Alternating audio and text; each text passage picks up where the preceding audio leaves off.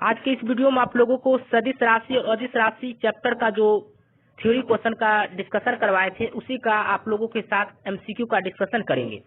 और यदि आप लोगों ने थ्योरी का सदिश और अदिश का नहीं देखा है तो आप लोग चैनल पे जाकर के सब्सक्राइब करके प्लेलिस्ट में जाकर के देख सकते हैं, या फिर डिस्क्रिप्शन में इसका लिंक दिया गया है, वहां से भी आप लोग देख सकते हैं। और उससे पहले हमने मात्रता बीमा का थ्योरी क्वेश्चन और एमसीक्यू क्वेश्चन भी करवाया है।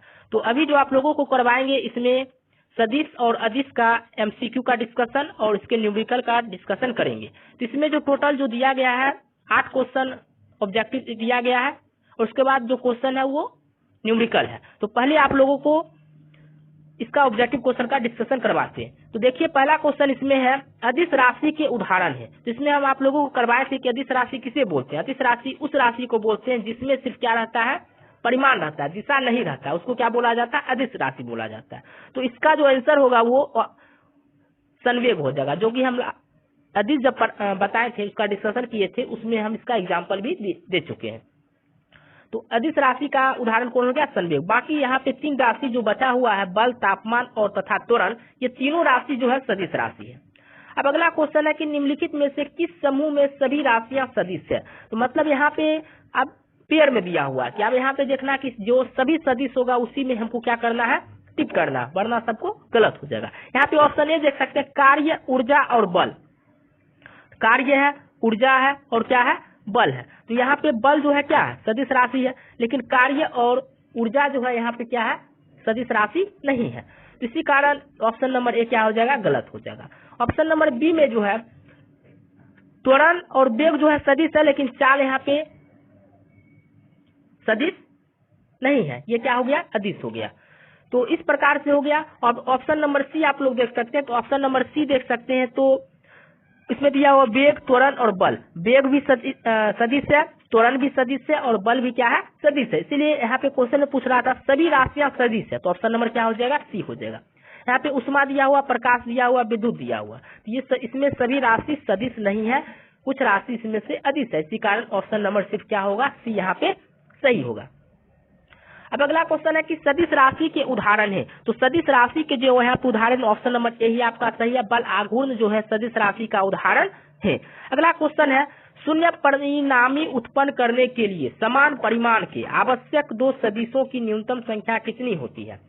तो यदि हमें शून्य परिणामी उत्पन्न करना है तो समान परिणाम के आवश्यक सदिश राशि कम से कम कितना होना चाहिए, 2 होना चाहिए। ऑप्शन नंबर इसका ए सही हो जाएगा। अब अगला क्वेश्चन है 2 सदिशों के गुणनफल से प्राप्त राशि क्या होता है। अभी बताए थे जब 2 सदिश के गुणनफल करेंगे तो उसमें से या तो सदिश होगा या फिर अदिश होगा। यदि तो ऑप्शन नंबर इसमें कौन हो जाएगा, सी सही हो जाएगा। और अगला क्वेश्चन है 6 नंबर, अदिश को यदि अदिश से गुना करेंगे तो क्या आएगा, अदिश को अदिश से गुना करेंगे तो हमेशा अदिश राशि ही आएगा। अब क्वेश्चन नंबर 7 है, देख सकते हैं कि समांतर चतुर्भुज बल के नियम मूलतः कितने परिणाम की गणना के लिए प्रयुक्त किए जाते हैं। तो ये ध्यान रखना है कि समांतर चतुर्भुज बल के नियम जो है इसमें परिणाम यदि हमको निकालना है तो उसमें से हम 2 बल का ही निकाल सकते हैं, जो कि ऑप्शन नंबर सी सही होगा। इस प्रकार से आप अब देख सकते हैं कि आपका जो ऑब्जेक्टिव क्वेश्चन है वो लास्ट है, उसके बाद आप लोगों का न्यूमेरिकल होगा, जो कि इसी वीडियो में आप लोगों को कंप्लीट कर दिया जाएगा। किसी सदिश का घटक होता है, मतलब पूछ रहा है किसी सदिश का क्या घटक होता है। उसका सदिश का घटक ये होगा कि सदिश के परिणाम के बराबर या इससे कम, जो कि ऑप्शन नंबर डी इसका सही होगा। अब ये था ऑब्जेक्टिव क्वेश्चन।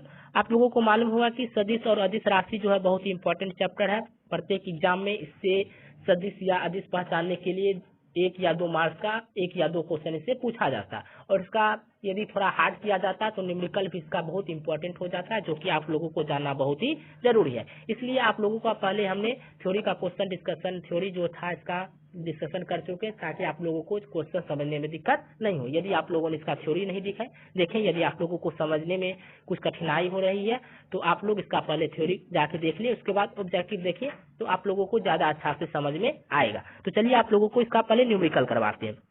जितना भी न्यूमेरिकल था सारा हम थ्योरी में अच्छा तरह का कर दिए, इसमें सिर्फ आप लोगों को सॉल्व करते हुए बताएंगे। तो देख सकते हैं कि टाइप 1 है, ये फार्मूला दिया गया है। तो फार्मूला आप लोगों को बताया था, वेक्टर ए प्लस वेक्टर बी का यदि मैग्नीट्यूड निकालना है तो root under a square plus B square plus 2ab cos theta करते हैं। यदि vector a minus vector B का मैग्नीट्यूड निकालना है तो root under a square plus B square minus 2ab cos theta करेंगे। तो इसका पहला क्वेश्चन आप लोगों को यहाँ पे दिया गया है कि vector A plus vector B equal to resultant vector है, और वेक्टर और ए का परिमाण बी इक्वल टू आर दिया गया। तो ए एवं बी के बीच का कोण क्या होगा ये आप लोगों को निकालना है। तो ऑप्शन ए दिया हुआ 0 डिग्री, बी दिया हुआ π/3, सी दिया हुआ 2π/3 और डी दिया हुआ पाई। तो देखिए आप लोगों को हम बताते हैं कि रिजल्टेंट जब निकालते हैं दो वेक्टर का जोड़ के तो उसमें फार्मूला होता है ए प्लस बी का। आप लोगों को यहाँ पे देख सकते हैं लिखा हुआ क्या है, root under a square plus B square plus 2ab cos theta. और इसी को ए प्लस बी, किसी को हम क्या बोलते हैं, इसी को जो है हम लोग बोलते हैं आर भी बोला जाता है, इसी को रिजल्टेंट भी बोला जाता है, जिसको हिंदी में परिमाण बोलते हैं। क्लियर है। तो यहाँ पे आप लोग देख सकते हैं कि vector A plus vector B equal to R. तो आर निकालना है, मतलब ये एक दूसरे के बराबर होता है, तो इसलिए हम ए प्लस बी की जगह पे आर भी लिख सकते हैं। तो इसका फॉर्मूला हो जाएगा root under a square plus B square plus 2ab cos theta. और आप लोगों को मालूम होगा ये आर का फॉर्मूला होता है रूट अंडर, लेकिन यहाँ पे जब स्क्वायर लगाए तो स्क्वायर इस साइड भी लगा दिए, मतलब स्क्वायरिंग और बोथ साइड हो गया। तो आप देख सकते हैं कि यहाँ पे स्क्वायर कैंसिल हो गया, तो बचा R square equal to A square plus B square plus 2ab cos theta. और आप लोगों को मालूम होगा कि इसमें गिवन दिया हुआ, मतलब पहले से ज्ञात है कि ए बराबर बी बराबर आर है। तो एक जगह पे हम आर लिख सकते हैं, बी की जगह पे भी आर लिख सकते हैं। तो 2 ए की जगह पे आर, बी की जगह पे आर cos थीटा, क्योंकि यहाँ पे ये गिवन दिया हुआ, ठीक है। तो आर स्क्वायर इक्वल टू, इसको सॉल्व किए तो 2r square plus 2r square cos theta हो गया।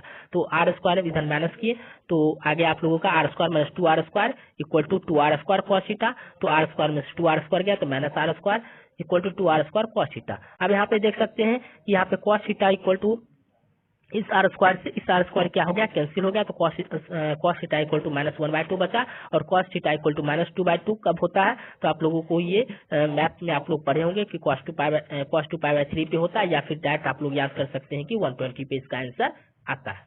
क्लियर है। तो -1/2 जो आएगा कितना आएगा, थीटा इक्वल टू 120 पे -1/2 cos का वैल्यू आता है। अब यहाँ पे अगला क्वेश्चन दिया गया है, देखिए बहुत ही आसान क्वेश्चन है। a equal to 3i plus 4j का परिमाण क्या होगा। तो आप लोगों को हम बताएं कि जब इसका परिमाण दिया हुआ रहता है तो परिमाण निकालने का फॉर्मूला होता है root under x square plus Y square plus Z square. ये i वाला x होता है, j वाला y होता है, और जेड वाला जो होता है के होता है। यहाँ पे ये नहीं दिया हुआ, इसका मतलब जेड का जो वैल्यू है क्या है, जेड का जो वैल्यू होगा वो कितना हो गया, 0 हो गया। तो ए का परिमाण निकाले root under x square plus Y square plus Z square. X जगह पे 3 है, वाई की जगह पे 4 है, जेड की जगह पे 0 है। तो इसका जब सॉल्व किए रूट 25 आया, रूट 25 को जब रूट से बाहर निकाले तो कितना गया, 5 आंसर इसका आ चुका है।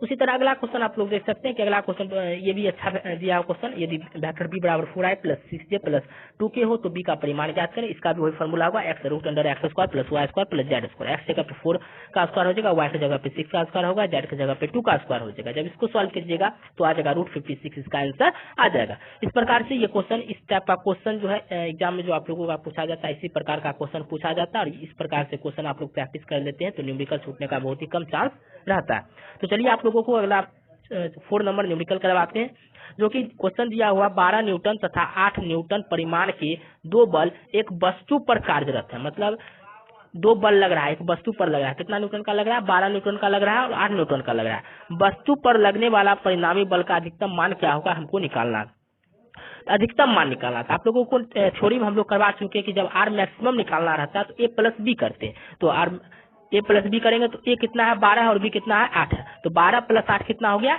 20 न्यूटन हो गया। तो ये आप लोगों को समझ में आ चुका होगा। अब टाइप 2 क्वेश्चन है समकोणीय एकांक सदिश। समकोणीय एकांक सदिश में आप लोग देख सकते हैं कि इससे पहले थ्योरी क्वेश्चन जो करवाया था उसी में करवाया था। Vector equal to 3i plus 8j plus 5k। तो एक्स का परिमाण 3, वाई में कितना a और जेड में कितना हो गया 5 हो गया। ए का परिमाण निकालना रूट अंडर 3 का स्क्वायर प्लस 8 का स्क्वायर प्लस 5 का स्क्वायर। तो आंसर कितना हो गया, रूट 98 हो गया। फिर उसी तरह बी का निकालना है, तो बी का परिणाम निकालना है तो 3i प्लस 9 प्लस 5, एक्स हो गया 3, वाई हो गया 9 और जेड हो गया 5। अब इस पे देखिए क्वेश्चन इस पे दिया गया है, 3 क्वेश्चन इस पे भी दिया गया है।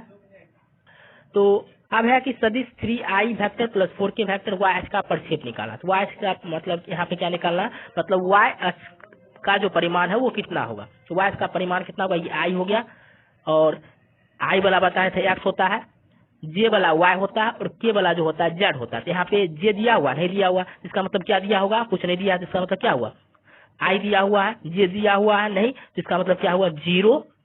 इसको हम लिख सकते हैं 0j का वेक्टर, मतलब यहाँ पे जो y जो दिया गया हुआ कितना दिया होगा, 0 दिया होगा, इसलिए ऑप्शन नंबर क्या हो गया, डी इसका सही हो गया। उसके बाद अगला क्वेश्चन है कि एक बल 2i vector plus 3j vector plus 6k vector द्वारा प्रदर्शित होता है, इस बल का परिमाण क्या है। तो इस बल का परिमाण क्या है, तो यहाँ पे देख सकते हैं कि बल जो यहाँ पे दिया गया है वो कितना दिया गया है, तो 2i vector plus 3j vector plus 6k vector. परिमाण निकालना तो बताया था root under x square plus Y square plus Z square. एस जगह पे 2 है, वाई की जगह पे 3 है और जेड की जगह पे 6 है। तो इसको जब सॉल्व किया तो रूट 49 रूट से बाहर निकाले तो क्या आ गया, इसका 7 आंसर आ गया। अब अगला क्वेश्चन, लास्ट क्वेश्चन इस सदिश तथा अदिश राशि से है, जो कि है दो सदिश 4i प्लस 7j तथा दूसरा फैक्टर है 2i प्लस 3j जोड़े जाते हैं। इन सदिशों का योग परिमाण निकालना है। कैसा परिमाण निकालना है, योग परिमाण निकालना है। तो योग परिमाण निकालना है तो आप लोग जाने ए वेक्टर इतना दिया हुआ, बी वेक्टर इतना दिया हुआ, दोनों को जोड़ेंगे तो 4i plus 7j plus 2i plus 3j।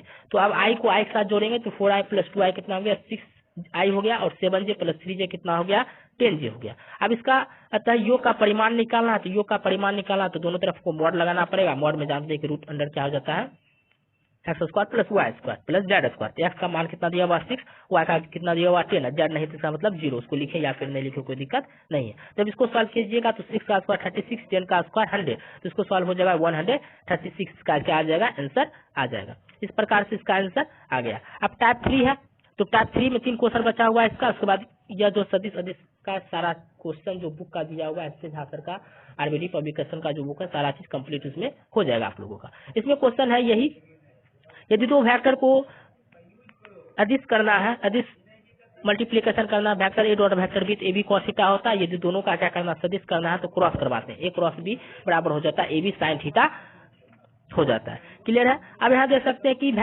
यदि वेक्टर पी बराबर 3i माइनस 4j प्लस के वेक्टर और आर वेक्टर बराबर दिया 5a minus 6j plus 6k vector, तो कोणीय संवेग का मान निकालना है। तो कोणीय संवेग का जब मान निकालना है तो कोणीय संवेग क्या होता है, तो यहाँ पे समझना है कि हम लोग क्या करते हैं, P vector P cross vector R करते हैं। तो इसमें आप लोगों को थोड़ा मैट्रिक्स का यूज करना पड़ेगा, जैसे कि वेक्टर क्या करेंगे, यहाँ पे vector P cross vector R करेंगे तो यहाँ पे पहले हमको लिखना पड़ेगा आई जे के। तो आई की जगह पे आई वाला लिखेंगे, जे की जगह पे जे लिखेंगे, के की जगह पे के लिखेंगे। अब देखना है कि अब हमको इससे पहले इसको मल्टीप्लाई करना है। तो इसमें जो हमको मल्टीप्लाई करना है, आई इसको करना, पहला रो करना है, तो इसको 3 को बंद कर देंगे इस तरह से। इसको जब किए तो पहला रो पहला कॉलम को बंद कर दें, इसको बंद किए तो क्या आ गया, -4 × 6 कितना आ गया, -24। अब प्लस किए, अब 6 × 1 कितना हो गया, -6। किसके लिए किए, आई के लिए किए। अब हमको किसके लिए करना है, जे करिए, तो यहाँ पे ये पहले लिखना है प्लस, फिर लिखना है माइनस, फिर लिखना है प्लस। ये प्लस होगा, यहाँ माइनस होगा, फिर क्या होगा प्लस। तो प्लस था इसलिए प्लस दे दिए, -4 × 6 -24, फिर यहाँ पे प्लस दिए, फिर क्या हो गया, -6 × 1 -6i हो गया। फिर यहाँ पे क्या है, जे के लिए क्या है, माइनस है, जे के लिए माइनस है तो इसको बंद करेंगे, तो 3 को 6 करेंगे तो 18 हो जाएगा, और फिर 5 को 1 से करेंगे तो क्या होगा, 5 हो जाएगा, तो -5j हो गया। फिर प्लस करेंगे, फिर प्लस करने के बाद यहाँ पे के पे आए, तो यहाँ पे देख सकते हैं कि के का बंद किया तो 6 × 3 कितना हो गया, तो ये क्या प्लस माइनस, तो 6 × 3, तो 6 × 3 क्या हो गया, -18 हो गया यहाँ पे। और यहाँ पे फिर देख सकते हैं कि 5 × 4 क्या हो गया, 20 हो गया। जब इसको सॉल्व किया तो इस प्रकार से ये हो गया। फिर जब इस पूरे को सॉल्व कीजिएगा तो -18 आया, -13j प्लस 2 की आया, यह इसका क्या हो गया, आंसर हो गया। फिर उसी तरह अगला क्वेश्चन आपका दिया गया है, यदि a vector equal to 3i plus 4j vector, vector b equal to 4i minus 3j vector, तो a और b के बीच का कोण क्या होगा, कोण निकालना है। तो कोण निकालना vector a dot vector b किए तो 12 - 12 इक्वल टू क्या गया, 0 आ गया। और a का मैग्नीट्यूड निकाले 5 आएगा, b का मैग्नीट्यूड निकाले तो भी इसका क्या आ गया, 5 आ गया। अब 5 आ गया तो अब दोनों को क्रॉस किए, तो क्रॉस किए vector A dot vector B formula आप लोगों को मालूम होगा, ए बी कॉस थीटा होता है। Vector A dot vector B करने पे 0 आया, ए बी करने पे कितना, ए का भी 5 आएगा, बी का भी 5 है, 5 × 5 25 कॉस थीटा आ गया। कॉस थीटा इक्वल टू 0/25, तो 0/25 तो कॉस थीटा का वैल्यू 0, और कॉस थीटा में 0 कब होता है, जब कॉस 90 का वैल्यू होता है, इसलिए कॉस कितना हो गया, 90 डिग्री हो गया। अब अगला क्वेश्चन, यदि दो सदिशों का सदिश गुणनफल सदिशों के अदिश गुणनफल का √3 गुना हो तो सदिशों के बीच का कोण क्या होगा। तो इसमें आप लोगों को फॉर्मूला लगाना पड़ेगा, पहले vector A cross vector B equal to √3 vector A dot vector B. अब इसका फॉर्मूला आप लोगों को मालूम होगा, vector A cross vector B का ए बी साइन थीटा होता है √3 और इसका क्या होता है ए बी कॉस थीटा होता है। ए बी से ए बी यहाँ पे कैंसिल होगा, sine theta equal to √3 cos theta हो गया। तो sine theta by cos theta कितना हो गया, √3 हो गया। तो sine theta by cos theta √3 हो गया, तो टेन थीटा इक्वल टू √3 हो गया। टेन थीटा में √3 का वैल्यू होता है 1060 में, तीसरे थीटा का वैल्यू कितना आ गया 60। इस प्रकार से आप लोगों का जो है यह एक्सरसाइज कंप्लीट हो चुका है। इसी प्रकार से वीडियो देखते रहने के लिए हमारे चैनल को सब्सक्राइब कर दें। यदि इसका मार्क बीमा का थ्योरी क्वेश्चन और ऑब्जेक्टिव नहीं देखें तो वो भी आप लोग डिस्क्रिप्शन में जाकर देख सकते हैं, प्लेलिस्ट इसका बनाया गया वहां से भी देख सकते हैं। अब आप अगला चैप्टर जो आप लोगों के साथ डिस्कशन करेंगे वो गति और वेग करेंगे।